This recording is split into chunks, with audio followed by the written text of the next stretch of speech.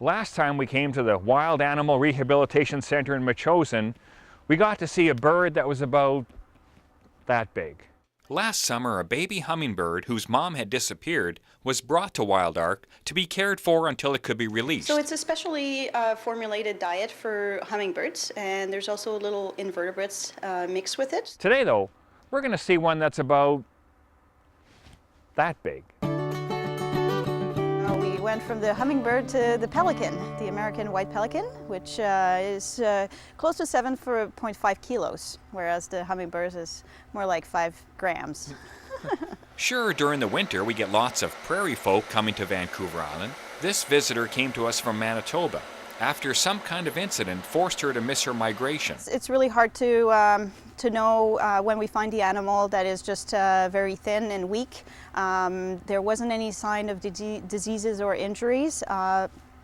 It's really a mystery.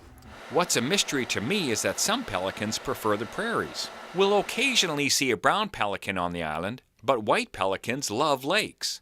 I took these photos a couple summers ago on a fishing trip to Saskatchewan. The brown pelicans are more pelagic, so they'll be close to the ocean. The white pelicans are more on lakes and rivers, marshy area. They also hunt differently as well, so it's definitely normal to have them in that area. The pelican was brought here because WildARC now offers a new aquatic rehab facility.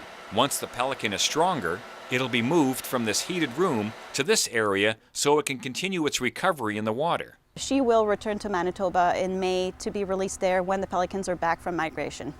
But that's not for a few more months. Until then, how do you keep a hungry pelican happy? Lots of fish. She eats about 1.5 kilos of fish a day. And that's where you come in. If you have fish taking up space in your freezer, give WildARC a call. Not only will you be providing for the pelican, you'll also be feeding an injured otter. He was hit by a car, so we've decided to keep him over the winter as well and release him in the spring when he'll be stronger and able to support himself.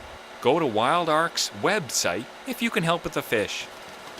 In Metchosin, I'm Dan Kahan for The Daily.